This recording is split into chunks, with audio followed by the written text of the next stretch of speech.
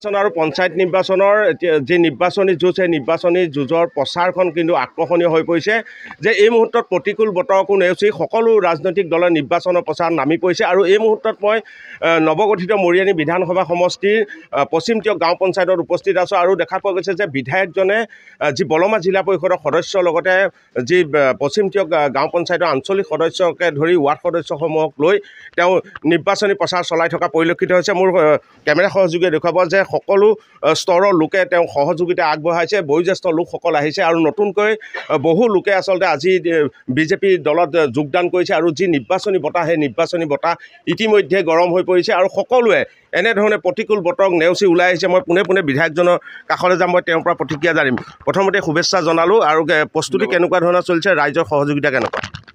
চাওক, আজি ৰাতিপুৱাৰ পৰা প্ৰচণ্ড বৰষুণ আৰু এই বৰষুণকো নেওচি স্বতঃস্ফূৰ্তভাৱে ৰাইজ ওলাই আহিছে আৰু এয়া আমাৰ বাবে আশীৰ্বাদ স্বৰূপ। আৰু এই মুহূৰ্তত আমি যদি ক'ব যাওঁ কেনে ইংগিত আমি পাইছোঁ আমাৰ বিজয় লৈ পেলাই, ইতিমধ্যে মৰিয়নি সমষ্টিৰ 21টা গাঁও পঞ্চায়ত, তাৰে আমি এগৰাকী আঞ্চলিক পঞ্চায়তৰ সদস্য, তাত কোনো ৰাজনৈতিক দলে, কংগ্ৰেছে হওক, ৰাইজৰ দলে হওক বা অসম গণ পৰিষদ দলে হওক, কোনোৱে তাত প্ৰাৰ্থিত্ব আগনবঢ়ালে, তাত নিৰ্বাচনে নহ'ল। আমি বিনা প্ৰতিদ্বন্দ্বিতাৰে নিৰ্বাচিত হৈছোঁ। কেওটা জিলা পৰিষদৰ কথা, আমি আঞ্চলিক পঞ্চায়তৰ কথা ইতিমধ্যে অৱগত হৈছোঁ যে অন্য ৰাজনৈতিক দলে তেওঁলোকৰ স্থিতি এটা জীয়াই ৰাখিবৰ কাৰণেহে প্ৰাৰ্থিত্ব দিছে, তেওঁলোকৰ কোনো দল বা তেওঁলোকৰ সমৰ্থক বুলিবলৈ নাই। এয়া মই কোৱা কথা নহয়, এয়া তেওঁলোকৰ দলৰ সভাসমূহত, নেতাসকলৰ সভাসমূহত উপস্থিতিয়ে কয়। মই যিখন সভাত বৰ্তমানে আছোঁ, সকলোতে 150-200 বা ন্যূনতম 400-500 মানুহ হৈছে। মই সাধাৰণ এজন বিধায়ক, কিন্তু যোৱাকালি সাংসদ গৌৰৱ গগৈ আহিছিল, আপোনালোকৰ নিশ্চয় কেমেৰাত আবদ্ধ হৈছে সমগ্ৰ দৃশ্য। ক'ৰবাত 80টা, ক'ৰবাত 60টা, ক'ৰবাত 30টা মানুহৰ সভা তেওঁ সম্বোধন কৰি পেলাই তেওঁ গৈছে। অৰ্থাৎ তেওঁৰ মেজিক বা মেৰিকেল ডে একেবাৰে কাম নাইকিয়া হৈ গ'ল। শেহতীয়াকৈ যি যোৰহাট লোকসভা নিৰ্বাচনত গৌৰৱ গগৈ লৈ ৰাইজৰ এটা আৱেগ জাগৃত হ'ল আৰু এই আৱেগৰ বৰ্তি হৈ পেলাই তেওঁ ভোট পালে। এয়া মই কোৱা কথা নহয়। তেওঁ যেতিয়া এইবাৰ সেই গৌৰৱ গগৈ কেইদিনমানৰ পিছতে, 2-3 মাহৰ পিছতে তেওঁ একদম সবল নেতা বুলি নিজকে ভাবি পেলাই তেওঁ গৈছিলে বিহালীত আৰু তেওঁ কৈছিলে যে তেওঁ বুকুত হাতি কৈছিলে যে তাৰ প্ৰাৰ্থীগৰাকীক উপ নিৰ্বাচনত জিকাব পাৰিব।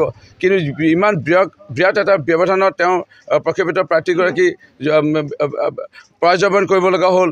তাতো তেওঁৰ কথা নুশুনিলে। এতিয়াও তেওঁৰ কথা তেওঁ এইটো কাৰণে নুশুনে কাৰণ ৰাইজে এই এবছৰতে চুটুকা পাই গৈছে। ৰাইজে উপলব্ধি কৰি লৈছে যে গৌৰৱ গগৈ জিকাই পেলাই ৰাইজে ভাল হ'ল নে বেয়া হ'ল। যেতিয়া সাংসদগৰাকীক ইয়াত যেতিয়া 1 নং কামৰমাৰীত এগৰাকী কণমানি মাইনা বানপানী কবলত মৃত্যু হ'ল এই যোৱা বৰ্ষত, তেওঁ আহিবলৈ সময় আছিল নাই?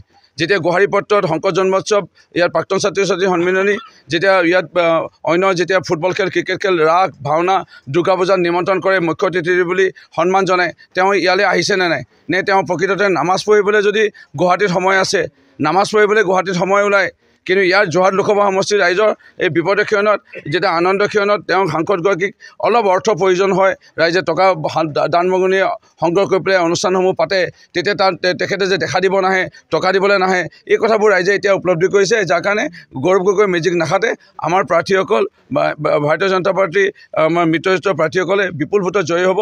আজি সূৰ্য বৰা ডাঙৰীয়াক আপোনালোকে আমাৰ কাষত দেখা পাইছে।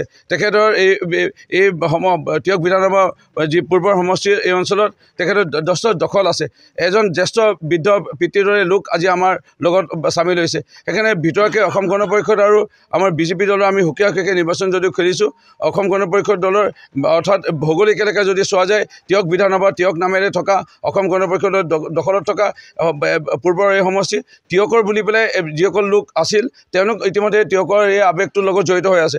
কিন্তু মৰিয়নি সমষ্টিৰ যিসকল নতুনকৈ অন্তৰ্ভুক্ত হ'ল, তেওঁলোকে ইতিমধ্যে আপকীয়ভাৱে উপলব্ধি কৰিছে যে মই সকলোকে সমানে চাই আছোঁ।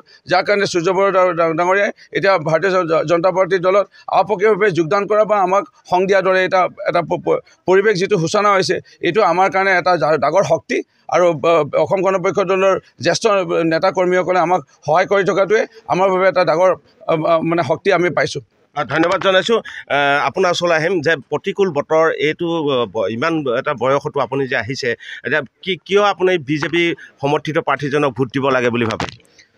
এতিয়া অসমৰ যিটো পৰিস্থিতি, এই অসমৰ পৰিস্থিতিত যিমানবোৰ জেগাত বিভিন্ন ধৰণৰ সংঘাত চলিছে আৰু বিশেষকৈ বিজেপিক এইকাৰণেই ভোট দিব লাগে যে হিমন্ত বিশ্ব শৰ্মাৰ নেতৃত্বত যি চৰকাৰ চলি আছে সেই চৰকাৰে অসমৰ ৰাজ্যিক ভাষা আজি মানে চৰকাৰী মানে হেৰিয়াত ব্যৱহাৰ কৰিছে।